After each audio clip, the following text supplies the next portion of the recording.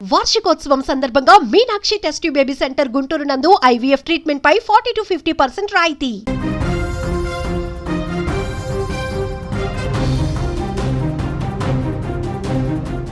చీర కొనివ్వలేదని ఒకే ఒక కారణంతో భర్తను కుక్కర్తో కొట్టి చంపేసిందో భార్య. ఈ దారుణ ఘటన మహారాష్ట్రలో జరిగింది. ఒక చిన్న చీర, ఆ చీర కొనివ్వలేదన్నటువంటి ఒకే ఒక చిన్న గొడవ చివరికి ప్రాణాన్ని బలి తీసుకుంది. క్షణికావేశం ఒక కుటుంబాన్ని కూల్చేస్తే 7 ఏళ్ల పసివాడి ముందే కట్టుకున్న భర్తను 100 ఏళ్ల జీవితానికి దూరం చేసింది. అసలు బద్లాపూర్లో ఆ రోజు రాత్రి ఏం జరిగింది? ఒక ప్రెషర్ కుక్కర్ హత్య ఆయుధంగా ఎలా మారింది? పోలీసులనే బురిడి కొట్టించాలనుకున్న ఆ భార్య ప్లాన్ ఎలా తిరగబడింది? పూర్తి వివరాలు ఒకసారి ఇప్పుడు చూసేటువంటి ప్రయత్నం చేద్దాం. మహారాష్ట్రలోని థానే జిల్లా బద్లాపూర్ ఈస్ట్ పరిధిలోని షిర్గావ్ ప్రాంతం అది. అక్కడ హరేరామ్ సింగ్ అనేటువంటి వ్యక్తి తన భార్య సునీతాదేవి అలాగే 7 ఏళ్ల కొడుకుతో కలిసి నివసిస్తున్నారు. హరేరామ్ సింగ్ అంగవైకల్యం ఉన్నటువంటి వ్యక్తి, నడవలేని పరిస్థితుల్లో మంచానికే పరిమితమై జీవనం సాగిస్తున్నాడు.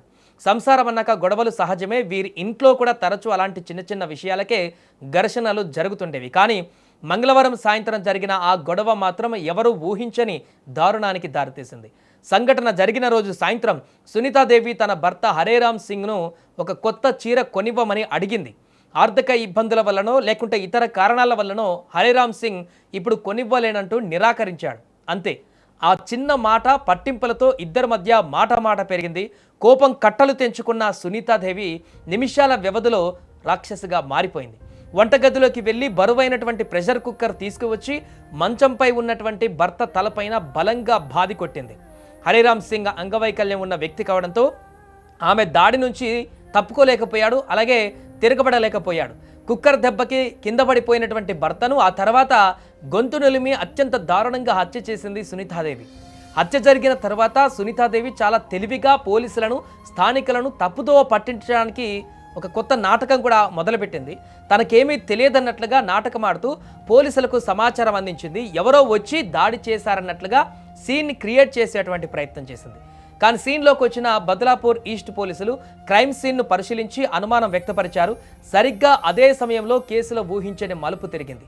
ఈ ఘోరమంతా జరుగుతున్నప్పుడు ఇంట్లోనే ఉన్న వారి 7 ఏళ్ల చిన్నారి కొడుకు ఆ యొక్క అసలు నిజాన్ని పోలీసులకు చెప్పేశాడు.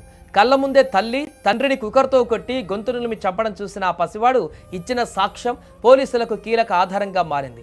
దీంతో సునీతాదేవి నాటకానికి తెరపడింది. పోలీసులు ఆమెను అరెస్టు చేసి రిమాండ్కు తరలించారు. అయితే ఇక్కడ ఒక పెద్ద ప్రశ్న మిగిలింది. కేవలం ఒక చీర కొనివ్వలేదన్న చిన్న కారణంతోనే హత్య జరిగిందా, లేక దీని వెనక గత కొంతకాలంగా నడుస్తున్నటువంటి కుటుంబ కలహాలు, ఆర్థిక సమస్యలు లేదా వేరే ఏమైనా ముందస్తు ప్లాన్ ఉందా అనే కోణంలో కూడా ఇప్పుడు పోలీసులు ప్రస్తుతం లోతుగా విచారణ అయితే జరుపుతున్నారు. ఈ ఘటన సమాజంలో ప్రస్తుతం మారుతున్నటువంటి మానవ సంబంధాల తీవ్రతకు అద్దం పడుతుంది.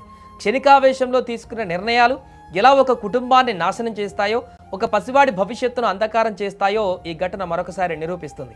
ఈ దారుణమైనటువంటి ఘటన పైన మీ అభిప్రాయం ఏంటో కూడా కామెంట్ చేయండి.